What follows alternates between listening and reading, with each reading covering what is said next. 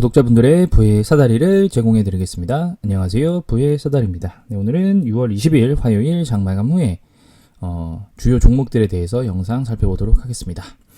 네, 우선 개별 종목 분석에 앞서서 오늘 코스피 코스닥 시황 먼저 파악해보고 진행하도록 하겠습니다. 네, 오늘 코스피 시작은 마이너스 0.26% 2602포인트로 시작을 했고요. 장중에 2610포인트까지 상승을 했지만 종가는 2604포인트 마이너스 0.18%로 마감을 했습니다. 일단은 지금 현재 이 차트 상으로 보면은 거래량은 어제보다 소폭 줄었고 하지만 대동소이한 수준이고 시가 대비 상승으로 끝났다라는 부분, 그리고 윗꼬리 아랫꼬리가 있지만 약간 십자가형 형태로 마무리를 지었습니다만 이 십자가의 모습이 어쨌든 양봉이라는 부분에 대해서 상당히 긍정적으로 의미를 부여할 수 있을 것 같습니다. 전일 나스닥 같은 경우에도 소폭 상승으로 끝난 것으로 제가 확인을 했는데, 일단은 코스피는 현재 그 지수상으로는 아직까지는 중단선, 볼리지밴드 상단선 일봉 기준으로는 상승 추세에 있는 현재 상태이고, 그리고 이 중단선에 맞닿은 부분에서 어쨌든 밑꼬리를 달고 다시 올라온 부분, 여기서 내일 만약에 빠지지 않고 보합 혹은 소폭 상승한다라고 하면은 다시 한번 상승의 추세를 가져올 수 있다. 단 요거는 개별 종목이 아니고 지수이기 때문에 사실은 지수 측면으로 볼 때는 조금 구독자분들의 보유한 종목들과의 어떤 상승폭과 괴리감이 있을 수 있다라는 부분들을 참고해 주시면 좋을 것 같고요. 코스닥 같은 경우에도 비슷한 모습을 보였습니다만, 코스닥은 똑같은 십자 형태지만 시가 대비 소폭 하락, 심지어 0.06포인트 하락을 했는데요. 네, 코스닥 같은 경우에는 아무래도 변동성이 조금 더 크다 보니까 코스피보다는 조금 하락으로 끝났습니다만, 이것 또한 역시 볼리저밴드 상단과 중심선에서 왔다 갔다 하면서 상승의 추세를 여전히 보유하고 있는 상태입니다. 결국에는 현재 일봉 기준 11선을 깨지 않고 계속적으로 유지를 해주면서 등락을 가져간다라고 하면은 코스닥 역시 다시 한번 신고가 갱신을 할 수 있는 그런 모습을 가져올 수 있는 현재 차트상 흐름입니다. 네, 이런 모습을 갖고 일단은 개별 종목들 분석해 보도록 하겠습니다. 첫 번째로는 HMM입니다. HMM 같은 경우에 오늘 6%까지 상승이 나왔는데요. 사실 오늘 제가 장을 별도로 보진 않아서 어떤 이슈인지는 좀 확인을 해보도록 해보겠습니다. 장중에 흥하해운이 21%까지 상승한 것으로 보이는데요. 네, 흥하해운 이슈가 뭐가 있는지, 네, 오늘 상한가를 기록을 했군요. 네, 1886원으로 마감을 했는데 장중 흥하해운의 상한가 이유를 좀 한번 확인해 보도록 해보겠습니다. 현재 지금 뉴스상으로 확인되는 부분들은 없는데요. 아무래도 이 해운업에 대한 어떤 그냥 단순 기대감, 네, 너무 많이 떨어질 대로 떨어졌다. 운임지수도 이제는 떨어질 대로 떨어졌기 때문에 반등밖에 안 보인다 라는 관점으로 급등한 게 아닌가라는 생각을 조금 해보게 되는데요. 사실 흥하해운 제가 예전에 거래정지 당했을 때 그 바로 직전에 보유한 적이 있었습니다. 한 20년도 초반, 아마 19년도쯤 보유했던 걸로 기억을 하거든요. 이때 아마 제가 먹고 나온 걸로 기억을 하는데, 어쨌든 장기간 거래 정지, 네, 파산으로 알고 있었는데, 워크아웃 신청한 것으로 알고 있는데, 감자를 통해서 바로 그 거래 재개한 그 당월에 370%까지 상승을 보였으나 현재는 지금 1,800원대라고 하면은 사실은 거의 최바닥입니다. 거의 바닥이고요. 2003년도 상장한 것으로 보이는데, 1994년도 그럼 94년도보다 겨우 살짝 높은 수준입니다.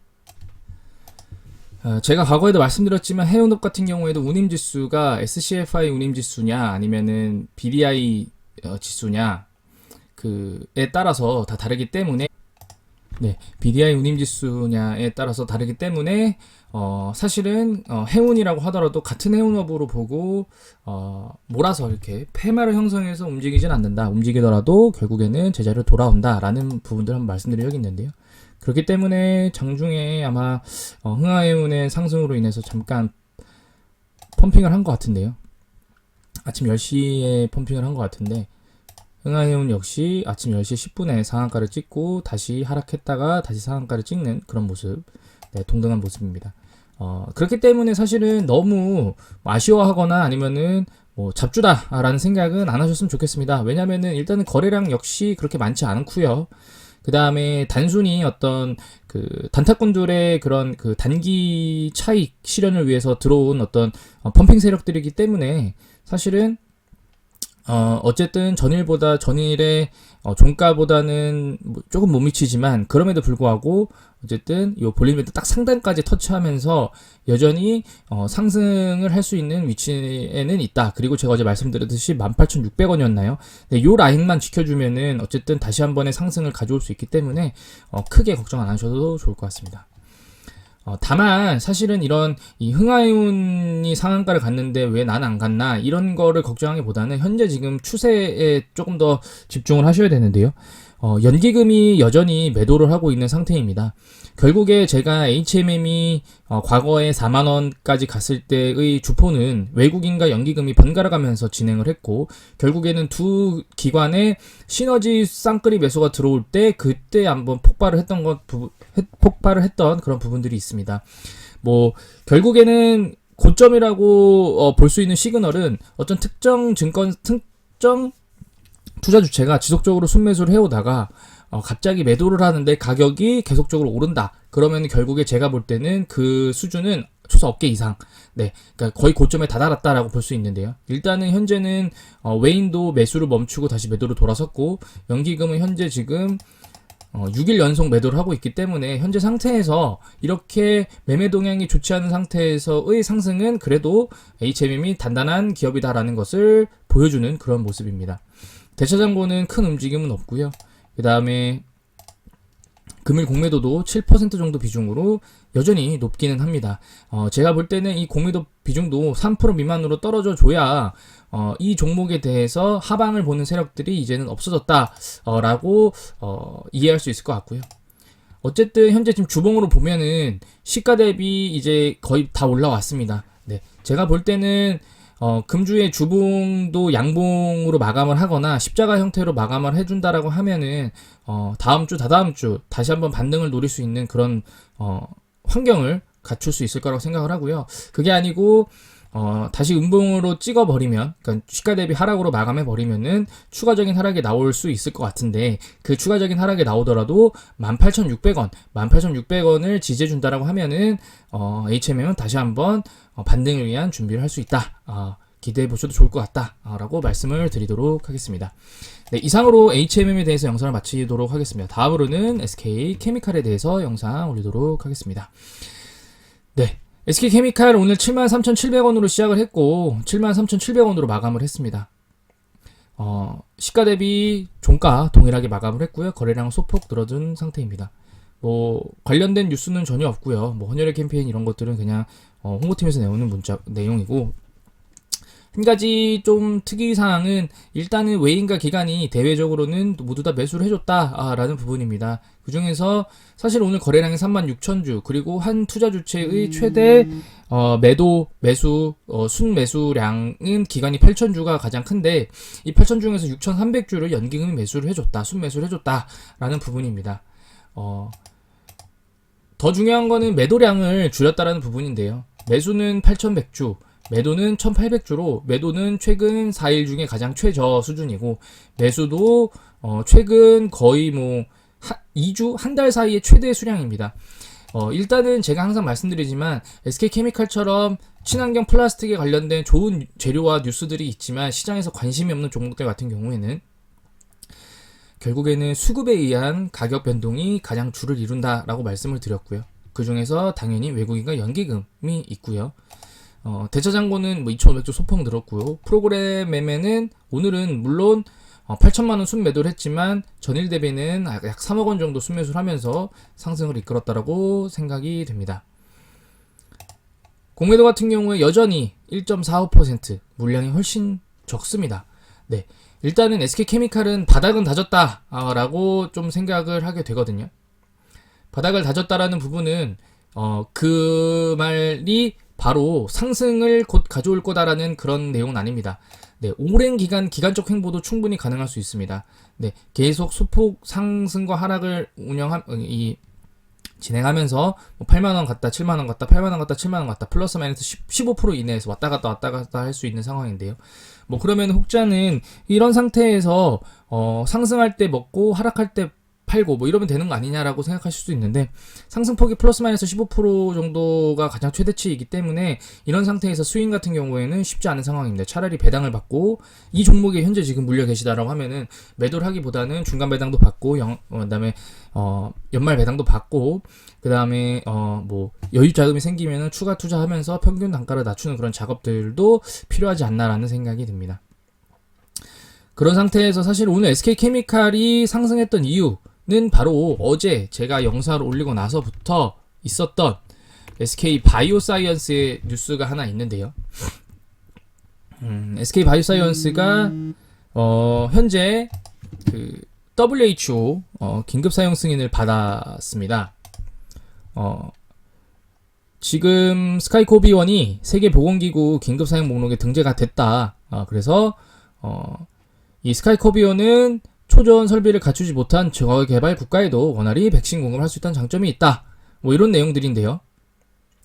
작년 9월에 신청해서 거의 9개월이 걸렸습니다. 자, 다만 지금 SK바이오사이언스는 향후 글로벌 개발 국가를 대상으로 자사 백신 허가를 확대하고 공급을 추진할 계획이다 라고 적혀 있거든요. 자, 여기서 뜻하는 바는 뭐냐? 첫 번째, WHO가 승인은 했지만 그 이후에 개발 국가를 대상으로 또 백신 허가를 확대해야 되고 플러스 계약을 다시 협상해야 된다라는 부분입니다.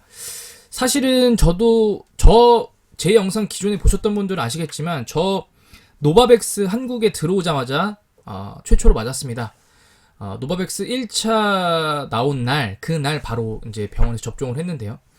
결국에 노바백스의 원료와 스카이코비언이 같기 때문에 뭐 유사하다라고 보면은 사실은 저는 특별한 부작용도 없었고, 뭐 물론 그 이후에 1, 2차를 다 받고 코로나에 걸리긴 했었습니다만 현재 이미 코로나가 끝나고 더 이상 해외에서는 코로나랑 관련된 어떤 기사 하나 언급조차 되지 않는 현재 상태에서 코로나 백신을 과연 맞아야 되는 그런 나라가 있을까?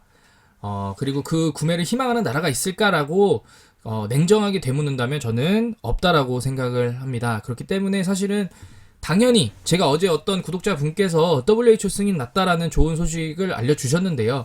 사실은 저는 좋은 소식을 바로 보고 기쁜 마음이 들기보다는 오히려 장 초반에 갭상으로 올리고 설거지 하겠구나 라는 생각을 했습니다만, 사실은 이제 코로나라는 그런 그 재료가 더 이상 시장에 큰 관심을 받지는 못하기 때문에 그렇게 어떤 시장에서 관심받을 만큼의 갭상을 띄우지는 못했고요.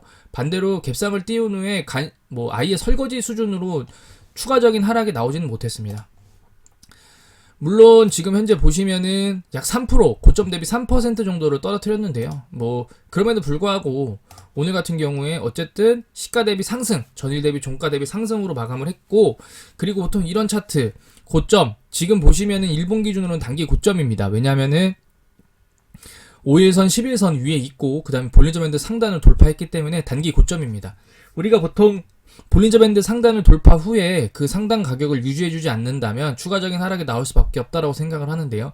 그런 모습들이 두 가지 정도 몇 가지 부분에서 보이죠. 제가 보면 말씀드리면 바로 이 부분 하나 있고 그 다음에 이 부분 하나 있고 그 다음에 이 부분 가장 최근에도 3개월 동안 3번의 모습이 있고요. 그 다음에 더 시계열을 뒤로 넓혀 보이면 이 부분에도 하나 있습니다. 결국에는 볼린저 밴드 상단을 돌파할 때 그 이후에 추가적인 상승을 보이지 않고 어떤 그 다음날 음봉을 찍게 된다라고 하면은 추가적인 하락 반드시 나올 수밖에 없습니다. 그렇기 때문에 지금 보시면 이때도 고점 찍고 일봉에서 상단을 돌파하지 못하고 하락해서 마감했고, 그 이후에 다시 한번 반등을 시도했으나 다음날 다시 장대 음봉 나오면서 하락을 시작했고, 다시 한번 볼린저 밴드 상단을 돌파하면서 상승을 시도했지만 또 한 번의 장대 음봉, 그리고 나서 오랜 기간에 거쳐서 다시 한번 상승을 시도했지만 또 한 번의 장대 음봉, 또 한 번의 장대 음봉, 또 한 번의 장대 음봉. 작년 11월부터 올해 6월까지 총 6회의 일본 기준 볼린저 밴드 상단 돌파 후 다음날 음봉으로 모두 다 하락을 마감한 날들이 다 보입니다. 자, 그러면은 현재 이 날도 오늘도 비슷한 모습을 보였는데, 다만 한 가지 다른 모습은, 다른 날들은 일본 기준 볼린저 밴드 상단을 돌파하고 양봉으로 마감한 후에 다음날 이제 음봉이 나왔는데요. 오늘 같은 경우에는 그렇지도 않고 바로 그냥 음봉이 나와 버렸습니다.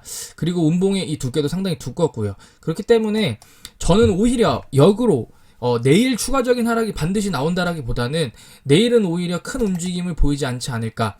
왜냐하면 더 이상 코로나 관련된 뉴스는 없거든요. 그러면 결국에는 코로나는 단기 차익 실현을 위한 어떤 단타꾼들의 진입이고, 그리고 다시 한번 백신 관련된 개발로 시장이 관심을 가져갈 거다. 사실은 그런 부분들을 왜 제가 말씀드리냐면, 오늘 물론 장대 음봉이 나오긴 했지만 외국인도 매수를 했고 연기금의 매도도 줄었습니다. 매수량은 비슷했는데요, 매도량을 확 줄였습니다. 그렇기 때문에 오늘 연기금이 243주 순매도했고, 오히려 외국인은 23,000주를 매수했기 때문에 현재 상태에서 금액적인 상승은 있어서 좋은 환경으로 보이나, 시가 대비 급락으로 장대 음봉 나와서 오히려 설거지 차트 아니냐라고 생각하실 수도 있겠지만, 한 번 더 들어가면은 이 매매 동향에서 외인과 외인의 매수, 연기금의 매도를 줄임으로써 오히려 저는 내일 상승이 나올 가능성이 조금 더 높다라고 생각을 합니다. 대차장고는 9만 주 늘었고요. 공매도 같은 경우에는 7% 정도 여전히 좀 많이 나와 있는 상태인데요. 사실 오늘 같은 날도 공매도가 7%가 아니고 최소 23%, 10% 이상 나왔어야 되는데, 사실 스카이코비언의 WHO 승인이 나고 만약에 개발도상국의 매출 계약이라도 조금이라도 나오게 된다라고 하면은 주가는 바로 10만원 위로 올라갈 수 있는 그런 상황이 되지만, 만약에 그 이후에 별도 추가 진전이 없다라고 하면은 이 코로나 관련된 더 이상의 추가적인 주가 펌핑은 기대하지 않는 게 좋다라고 말씀을 드리도록 하겠습니다. 오늘보다 내일 한 번 더 보시고 시황을 좀 지켜보시면 좋을 것 같습니다. 네, 오늘 영상 여기서 마치도록 하겠습니다. 시청해주셔서 감사합니다.